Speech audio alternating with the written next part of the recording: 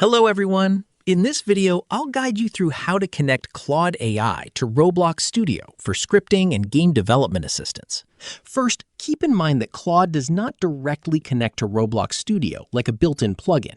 Instead, developers usually use Claude as an AI coding assistant alongside Roblox Studio to help generate Lua scripts, debug code, and improve game systems.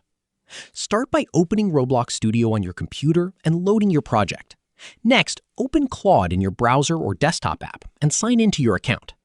Now you can copy scripts from Roblox Studio and paste them into Claude to ask for fixes, optimizations, or new features. For example, you can ask Claude to create NPC systems, GUI scripts, leaderboards, or game mechanics using Roblox Lua.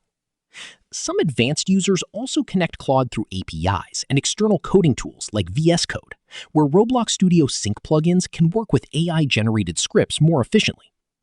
If you use this method, make sure your API keys and project files stay secure.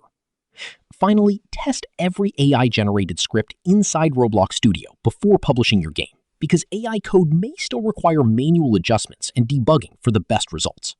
Subscribe to the channel for more videos.